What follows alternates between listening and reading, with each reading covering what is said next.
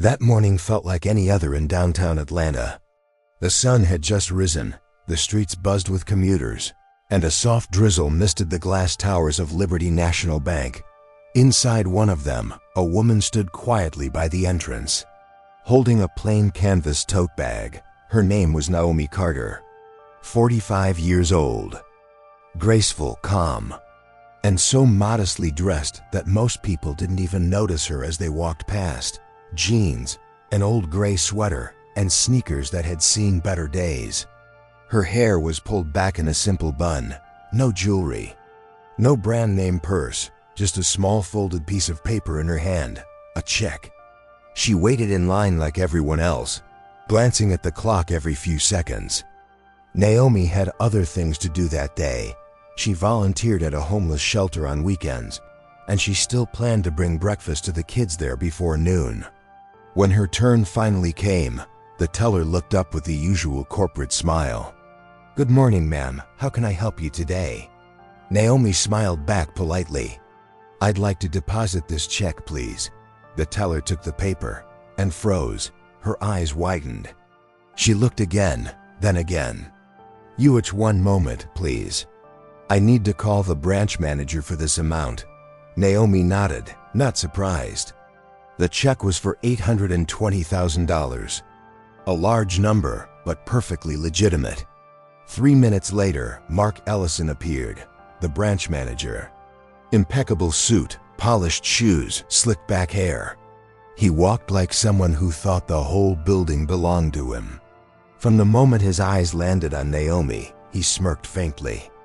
The look said it all. What is she doing here?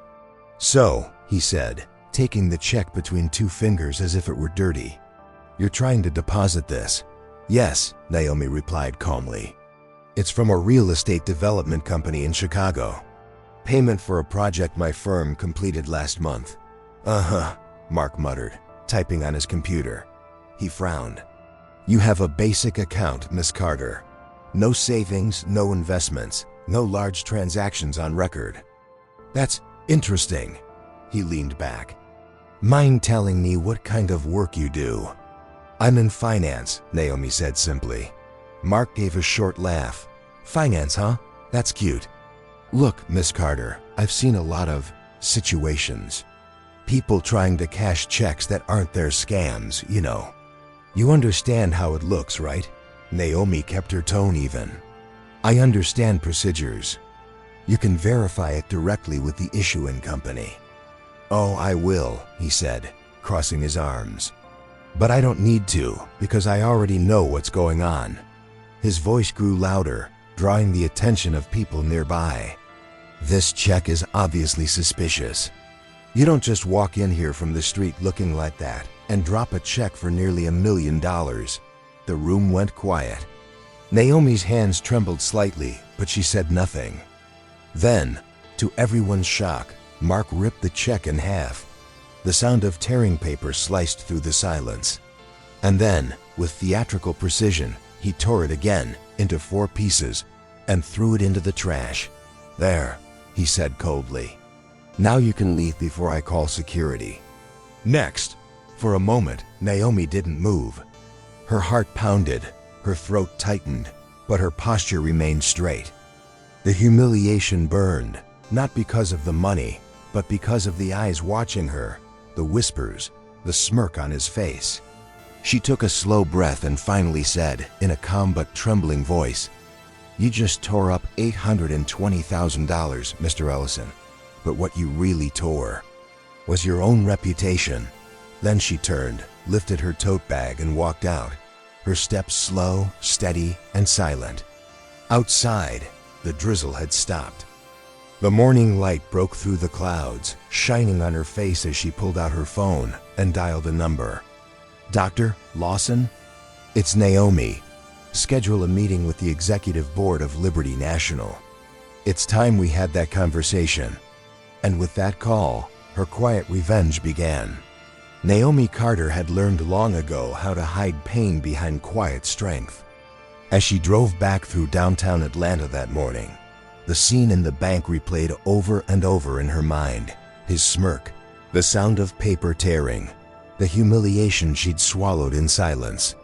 She turned onto Auburn Avenue, a historic street once known as the richest Negro street in the world.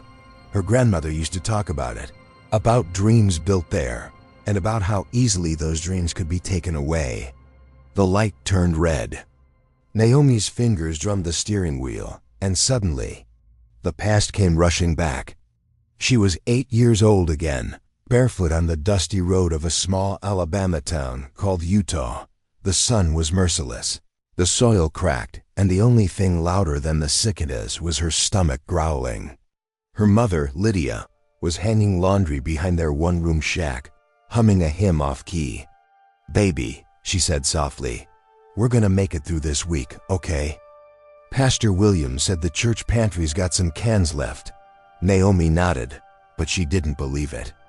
By then, she already knew that hunger had a sound, a quiet ache that never stopped. When her father died in a mill accident, Lydia tried to hold everything together, cleaning houses, doing laundry for the white families on the other side of town. But money was a ghost that never stayed long. Some nights, Naomi pretended she wasn't hungry so her little brother Isaiah could eat the last biscuit. Then, one day, the local school announced a new program, something called the Bright Futures Initiative, a U.S.-based NGO that helped children from poor areas access education. They offered school lunches, after-class tutoring, and if you kept your grades high, a scholarship pipeline to good colleges. The day they handed Naomi her first hot meal, a plastic tray of mac and cheese, a carton of milk, and a cookie, she cried so hard the cafeteria worker thought she was hurt. That meal changed her life. By 13, Naomi was reading every finance book she could find in the tiny public library. She didn't understand why her mother's wages never seemed enough, or why poor families always paid more for loans and rent. She began writing questions in an old notebook. Why do people like us never own anything? Who makes the rules? And why do they never look like us? That notebook became her obsession. When she turned 16, a volunteer from the NGO, a woman named Grace Whitmore from Connecticut, visited their town. Grace saw something in Naomi, something burning behind those big brown eyes. She convinced the program to sponsor Naomi's studies. At 18, Naomi left Alabama with one suitcase and a bus ticket to New Haven, Connecticut. Yale University, a world of brick halls, manicured lawns, and people who'd never missed a meal in their lives. She felt like an alien there. Professors talked about emerging markets and wealth distribution, but Naomi couldn't stop thinking about her mother counting coins for gas money.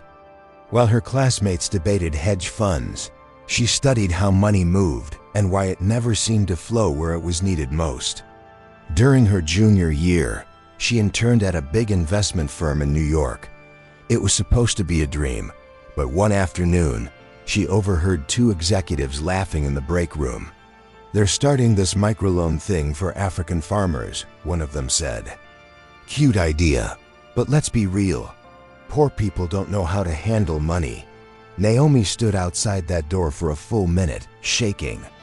Then she walked back to her desk and wrote 6 words at the top of her notebook. "If no one will help them, I will." That night, she called Grace Whitmore. "Grace," she said, "I think I know what I want to do with my life." After graduation, Naomi returned to Alabama for her mother's funeral. Lydia had passed quietly in her sleep. Exhaustion, the doctor said. She was 47.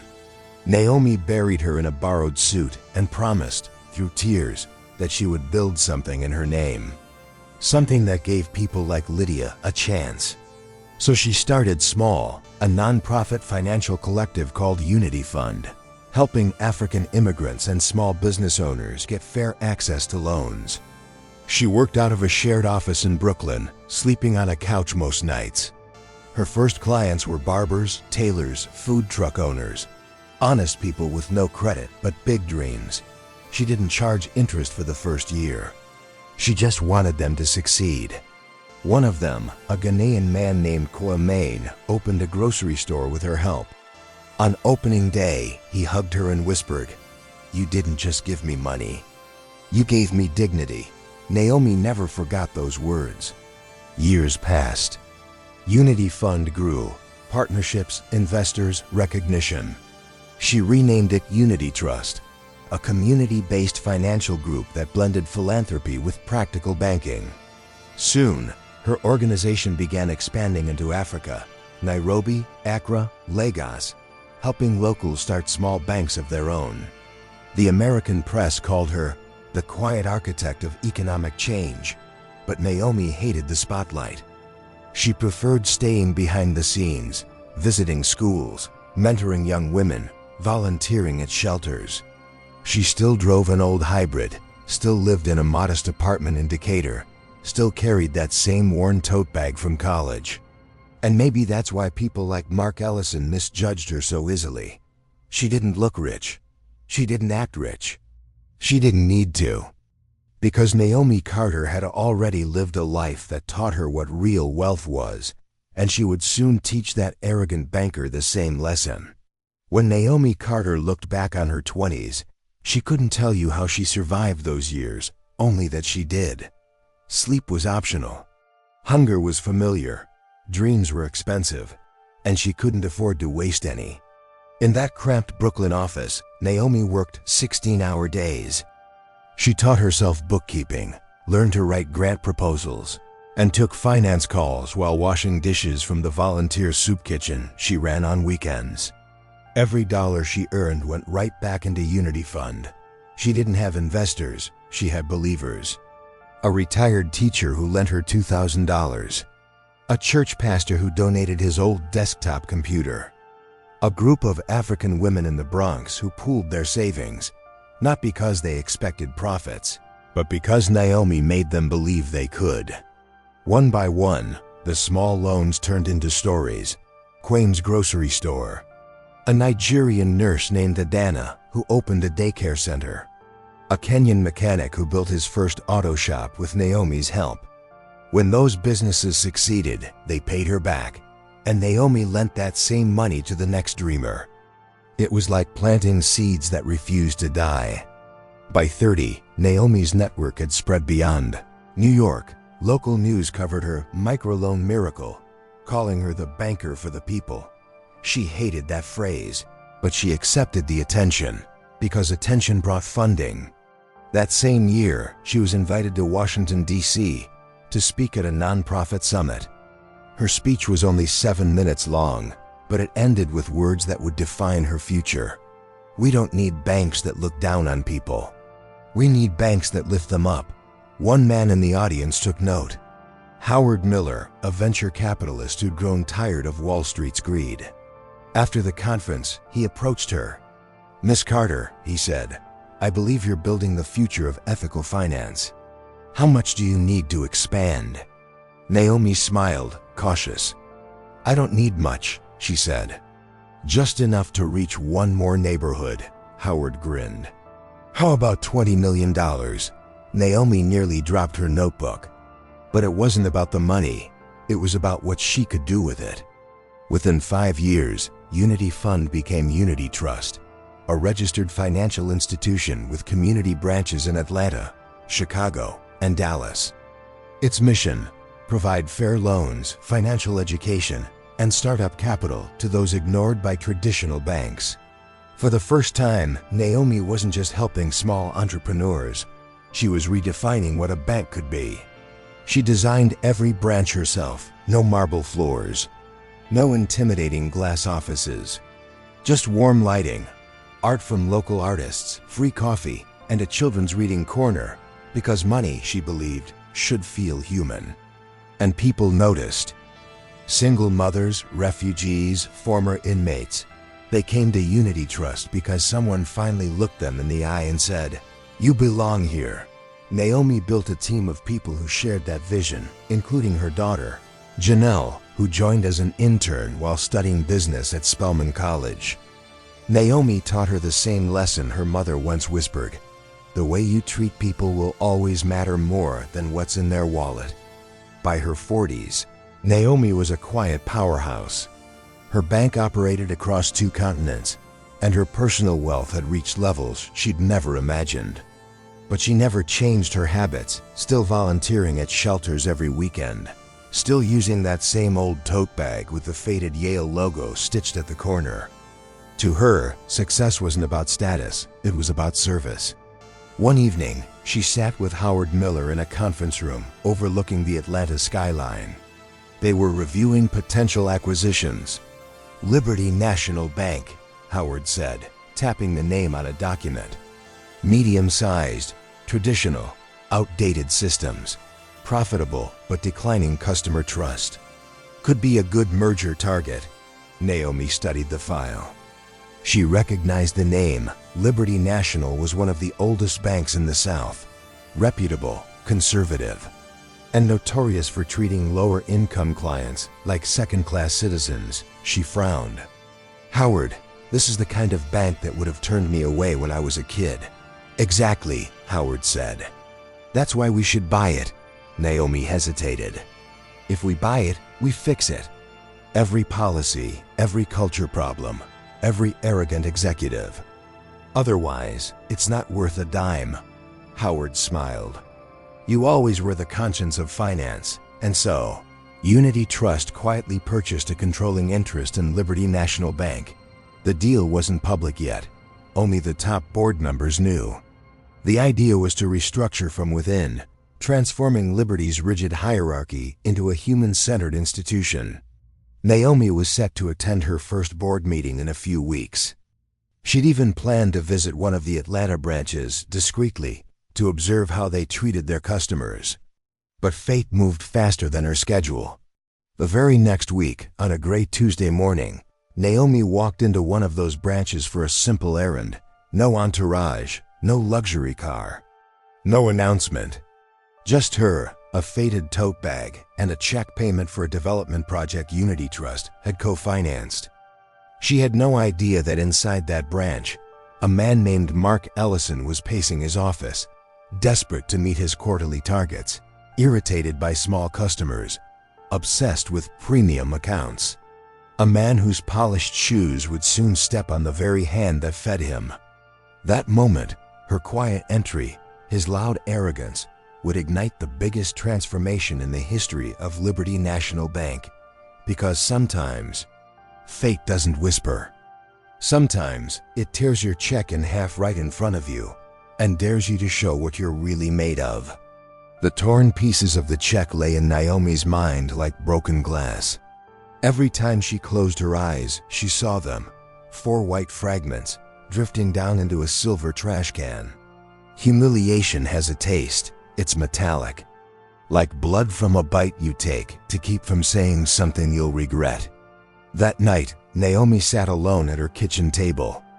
A single lamp lit the small room. The rest of the apartment, quiet, simple, untouched by luxury, felt heavier than usual. On the table lay her phone, her planner, and an envelope she'd carried for months, the final paperwork confirming Unity Trust's majority acquisition of Liberty National Bank. It was the kind of document that changed everything.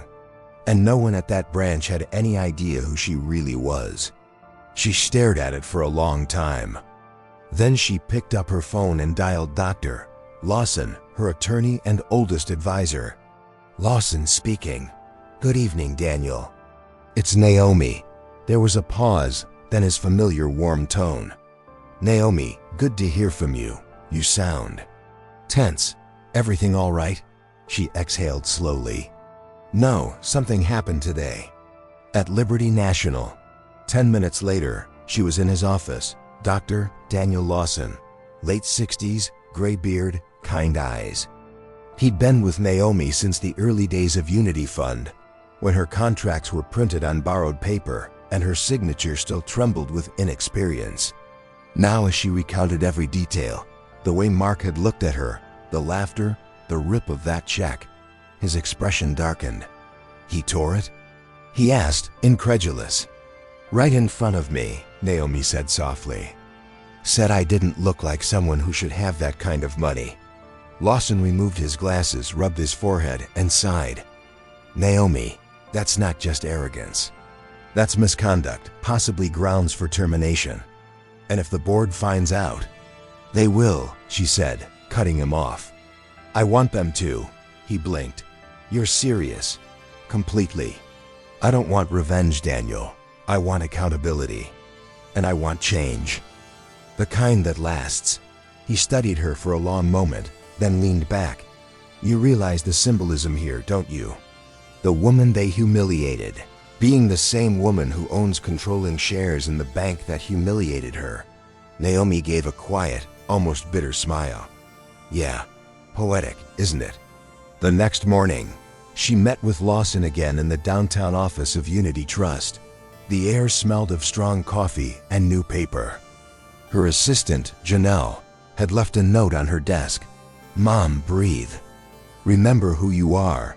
Naomi tucked it into her planner before heading into the conference room. Lawson already had a plan drawn up. A formal incident report to the Board of Directors of Liberty National Bank. A request for an extraordinary session under shareholder authority, which Naomi had every legal right to demand. And a quiet list of names, board members, division heads, and the man who would soon be the most uncomfortable person in the building, Mark Ellison. I've spoken with Harlan Prescott, Lawson said. Chairman of the board. He's aware of your investment and, quite frankly, terrified of losing your confidence. Good, Naomi said. He should be. If this bank can't treat people with respect, I'll pull my shares and rebuild it from scratch. Lawson smiled faintly. You haven't changed. No, she said. But maybe it's time they do. That afternoon, Naomi returned to her volunteer shelter in the old Fourth Ward. It was her sanctuary, the one place where people called her Miss Nomi instead of Miss Carter. She served soup, folded blankets, and laughed with the same men and women she'd known for years. But even there, her mind wasn't at peace. When she closed her eyes, she saw that bank lobby, the marble floors, the whispers, the pitying stares, not for herself, but for every person who'd ever been treated like she had, dismissed, doubted, degraded for looking too ordinary to be trusted.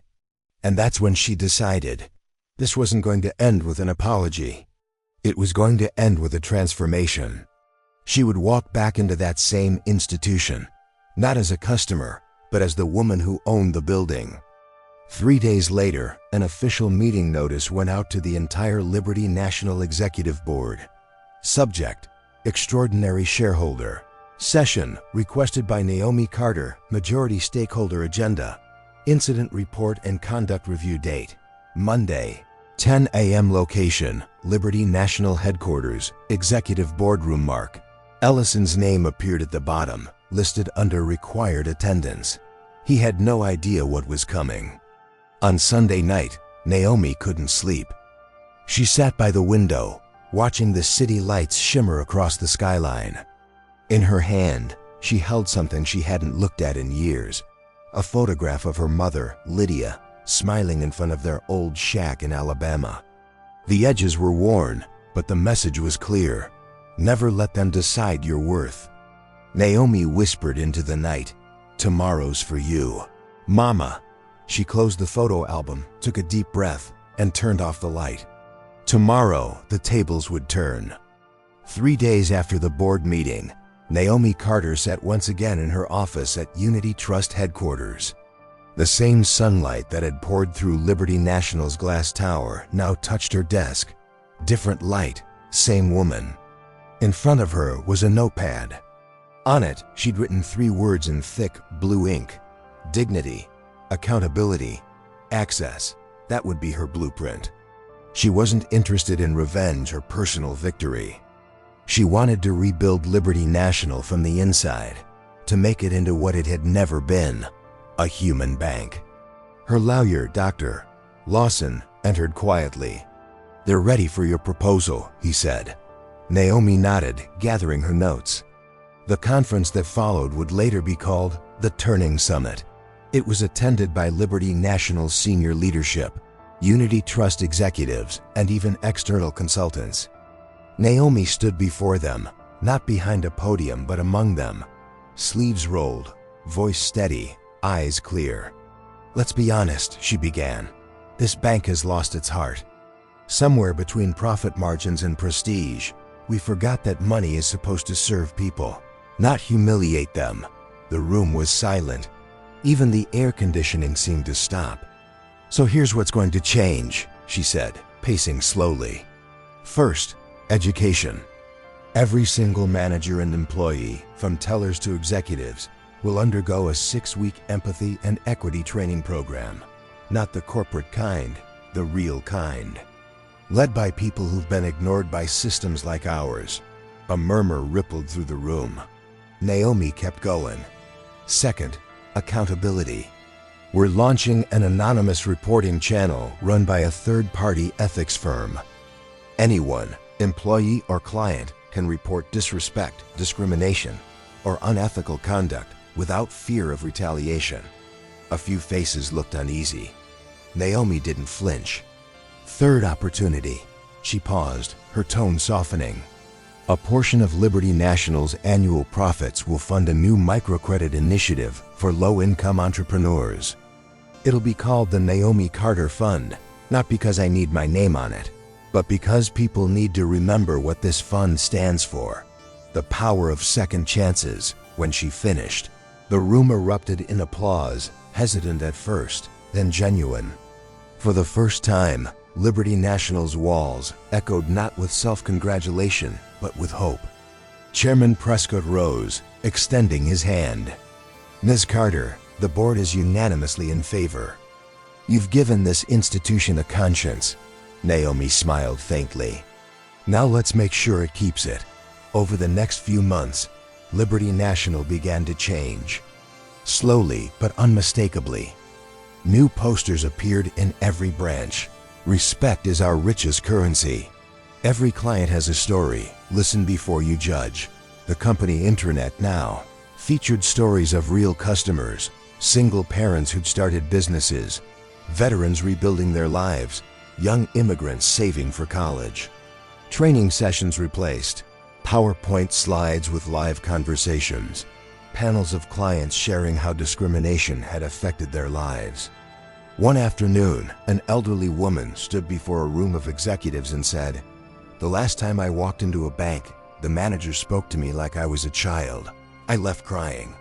Today, I'm here because Miss Carter reminded me my story matters." Mark Ellison was there that day. He couldn't meet her eyes, but he took notes. Meanwhile, Naomi kept working quietly behind the scenes. The Naomi Carter Fund launched with $2 million in seed capital. Within 3 weeks, it had its first applicants, people who reminded her of home. One of them was a young woman from Alabama, saying small-town Naomi once called home. She wanted to start a catering business, but couldn't get a bank to take her seriously. Naomi personally approved her microloan. When the woman cried over the phone, Naomi smiled through her own tears. "I've been where you are," she said gently. "Just promise me one thing: when you succeed, pull someone else up with you." At Liberty National's Atlanta branch, Mark Ellison's suspension turned into something unexpected. He'd started his re-education program, skeptical at first, defensive even. But as the weeks passed, something shifted. He listened to people he'd never really heard before. A homeless veteran who lost his savings because of predatory fees. A single mother denied a loan because of her zip code. A black business owner who'd been told he didn't fit the brand. Each story broke him a little more and rebuilt him differently. By week 4, Mark requested permission to volunteer at one of Unity Trust's community centers. Naomi approved it without hesitation. She visited one afternoon unannounced. He was serving coffee to clients waiting for financial coaching, sleeves rolled, no tie, sweat on his forehead. When he saw her, he straightened up. "Miss Carter," he said quietly, "I didn't expect you here. I wanted to see how the lessons were going," she replied. He hesitated, then said, "I used to think success meant power. Now I think it means service." Naomi studied him for a long moment and nodded. "Then maybe you're finally learning." By summer, the changes were measurable. Client satisfaction up by 32%. Employee turnover down by half. And the Naomi Carter Fund, already helping dozens of new entrepreneurs, became the centerpiece of Liberty National's rebranding campaign. But Naomi refused to appear in any commercials. Her one condition was that the spotlight stayed on the people. The farmers, the bakers, the mechanics, the nurses, the faces of ordinary Americans whose stories deserve to be told. At a press conference, a reporter asked her, "Miss Carter, after all that happened, do you forgive the manager who humiliated you?" Naomi smiled. "Forgiveness," she said softly, "isn't something you give when someone deserves it. It's something you give so you can move forward. But forgiveness doesn't erase responsibility. It turns it into purpose." The cameras flashed, but the room stayed silent, because truth doesn't need volume. That evening, back in her apartment, Naomi wrote in her journal, the same way she had since college. 6 months ago, someone tore my check in half. Today, that moment funds hundreds of dreams. Maybe that's what justice looks like, not punishment, but transformation. She closed the notebook and smiled. Outside, the city pulsed with life. Taxis honking, people laughing, neon lights reflecting off wet streets. Atlanta was alive, imperfect, but alive. She whispered into the night, "We're not done yet." 30 days later, the morning air over Atlanta's South Side smelled of rain and warm asphalt. The Liberty Community Branch, once a neglected office at the edge of the city, now bustled with life. Children laughed near the reading corner. An elderly man sipped free coffee by the window. And behind the counter, wearing a simple navy shirt with a new name tag, stood Mark Ellison. He wasn't M.R. Ellison, branch manager anymore. He was simply Mark, community banking coordinator. The first few days had been humbling. Gone were the glass walls and leather chair. Gone the private office and the aura of authority. Now his workspace was a small desk between the teller stations, surrounded by laughter, questions, and the honest noise of real life. The clients here were different from the ones he used to chase. They didn't arrive in suits or carry platinum cards. They came in with folded papers, handwritten notes, sometimes even cash wrapped in napkins. And every one of them reminded him of Naomi Carter. That first week, he met Mrs. Walker, a 60-year-old janitor who'd saved for years to open a cleaning business. Her hands were rough, her voice kind. Mark guided her through her first small business account, explaining each step carefully. When she signed the papers, she looked up at him and said, "Thank you, son. You're the first banker who ever spoke to me like I mattered." Mark had to turn away for a second. His throat tightened. That night, he sat in his car outside the branch, staring at his reflection in the windshield. He realized that for years he'd been blind, chasing titles, commissions, and important clients while missing the people who truly needed him. He whispered to himself, "I was the problem." By the third week, he wasn't counting hours anymore. He greeted every client by name, held doors open, helped a teenage boy fill out his first savings deposit.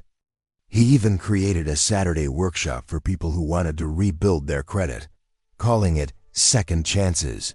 Word spread fast. Local newspapers picked up the story. Disgraced bank manager turns community mentor. Liberty Branch becomes model of compassion. The irony wasn't lost on him. He'd become the kind of banker Naomi Carter had always dreamed banks could have. One quiet evening, after the branch had closed, Mark stayed behind to file paperwork. The streetlights outside flickered against the blinds. His phone buzzed, a message from an unknown number. "Unknown, M.R. Ellison, this is Naomi Carter. I'd like to visit the branch tomorrow morning, if that's all right." He froze, heart pounding. For weeks, he'd hoped for the chance to speak to her again. Now it was happening. The next morning, Naomi arrived at 9 o'clock sharp. No cameras, no press. Just her and that same old Yale tote bag slung over her shoulder. Mark met her at the door. "Miss Carter," he said quietly, "welcome." His voice trembled slightly. Naomi smiled, a calm, almost motherly smile. "You've been doing good work here." "I've been trying," he said. Then, after a pause, "I don't deserve your kindness." Naomi shook her head. "No one ever deserves grace. But we all need it." They walked together through the branch. Mark introduced her to the clients, the staff, the volunteers. One woman, a bakery owner, handed Naomi a muffin and said, "He believed in me when no one else did. He's the reason I'm still in business." Naomi glanced at Mark. He looked away, eyes glistening. Later, they sat in his modest office, a desk cluttered with papers and sticky notes of gratitude from clients. One read, "Thank you for seeing me, not my past." Mark exhaled slowly. "You know, I used to think I was good at my job because I could close deals fast. I was proud of my numbers. But I never realized I was breaking people instead of building them." Naomi leaned forward. "You learned the hardest way, through failure. That's the kind of learning that sticks." He nodded, swallowing hard. "I don't expect forgiveness. I just wanted to thank you for the second chance. You didn't have to do that." Naomi smiled softly. "Mark, I didn't give you a second chance. You took it. You did the work. That's what matters."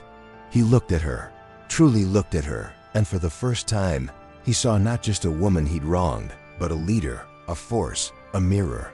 Someone who had turned his worst mistake into his best lesson. Weeks passed. The branch continued to flourish. Mark trained his team with empathy first, numbers second. Every Friday, he closed the week with the same phrase, "People before profit, always." Sometimes, Naomi would visit quietly, sitting in the waiting area, just to watch. Each time, she left with the same quiet smile. The change was real. It was working. One evening, Mark called her, hesitant but sincere. "Miss Carter, I just wanted to tell you something," he began. "Today, a woman came in to open a savings account. She was a cleaner, like your mother was. While she filled out the form, I realized something. I saw you in her. And I saw myself, the old me, the man who would have turned her away. But this time I didn't. I helped her. I listened." He paused, his voice shaking. "I guess what I'm trying to say is, I finally understand what you were teaching me. That respect isn't about who's sitting behind the desk. It's about who's standing in front of it." Naomi's voice on the other end was calm, full of warmth. "Then, Mark, you've finally become the kind of banker the world needs. Don't waste that. Keep going. Thank you," he whispered, "for everything." When the call ended, Mark sat there for a long while, the city lights reflecting in his eyes, not tears of shame this time, but of peace. For the first time in years, he felt whole. And miles away, Naomi closed her laptop, leaned back in her chair, and looked out over Atlanta's skyline. Somewhere below those lights, a man she once could have destroyed was helping people she once used to be. That was her real victory. Not revenge, not wealth, but redemption, shared, multiplied, and alive. 6 months later, the air in Atlanta felt different.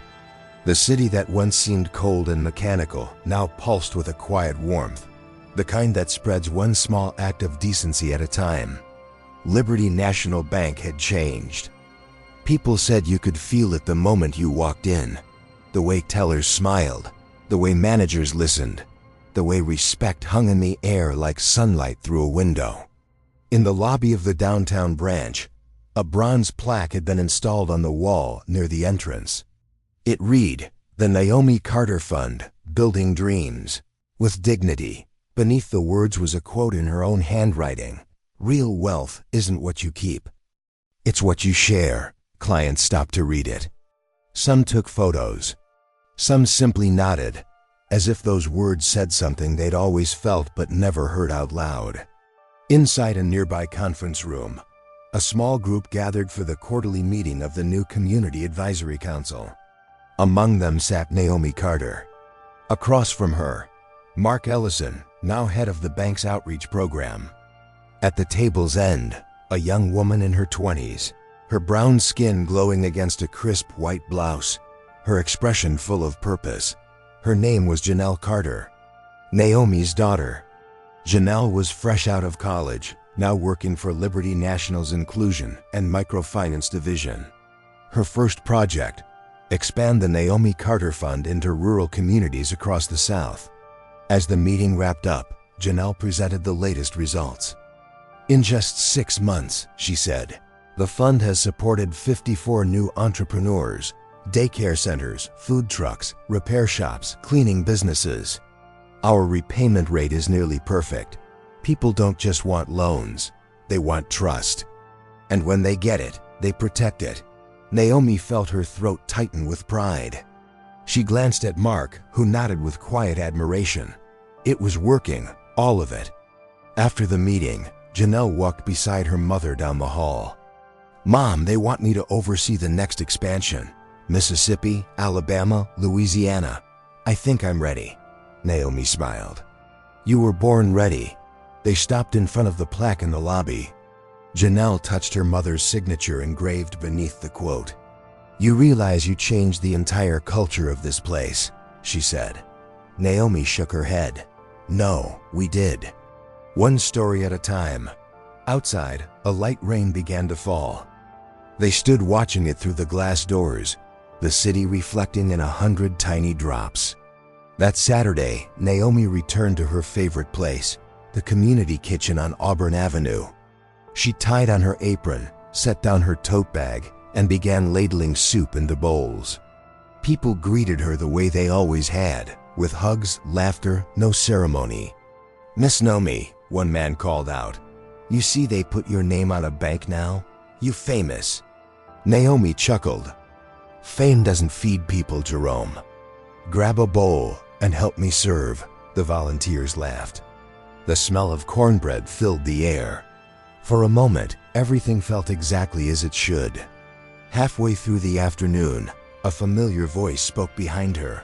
"Mind if I join in?" She turned and saw Mark, wearing jeans and a Liberty volunteer shirt, holding a box of bread rolls. "You made it," she said. "Couldn't stay away," he replied. "You told me to keep going." They worked side by side, serving meals, washing dishes, talking between smiles. There was no hierarchy, no distance, just two people who had walked through fire and come out carrying buckets of water for others. When the crowd thinned, Mark said quietly, "I don't know how to thank you for what you've done." "For me, for this city." Naomi looked at him. "Just keep doing it for someone else. That's all the thanks I need." That night, Naomi sat at her small kitchen table again, the same table where she'd once planned her battle. Only now, the room felt lighter. Her old notebook lay open in front of her, the pages filled with sketches, quotes, memories. She began to write. "It's been 1 year since a man tore my check in half. That moment could have broken me. Instead, it built something better. Today, that same bank funds small dreams and feeds big ones. Forgiveness didn't make me weak, it made me free." She stopped, smiling, and added a final line. "If my mother could see me now, I hope she'd know. I never stopped fighting for the people she believed deserved a chance." She closed the notebook gently and looked toward the window. Outside, the city glowed, lights blinking like constellations stitched across the night. Somewhere out there, her daughter was carrying the torch forward. Somewhere out there, a man named Mark Ellison was teaching new bankers to lead with heart. And somewhere, a woman Naomi would never meet was holding a small loan check, maybe the first real chance of her life, whispering a quiet thank you to a stranger who once refused to give up. Naomi leaned back in her chair, her heart full and steady. Her story had come full circle, but her work, her legacy, was only beginning. She whispered to the night, "Let it grow." Then she turned off the lamp, the city lights washing across her face like a promise, a reminder that no act of dignity is ever wasted, and no life built on compassion ever truly ends.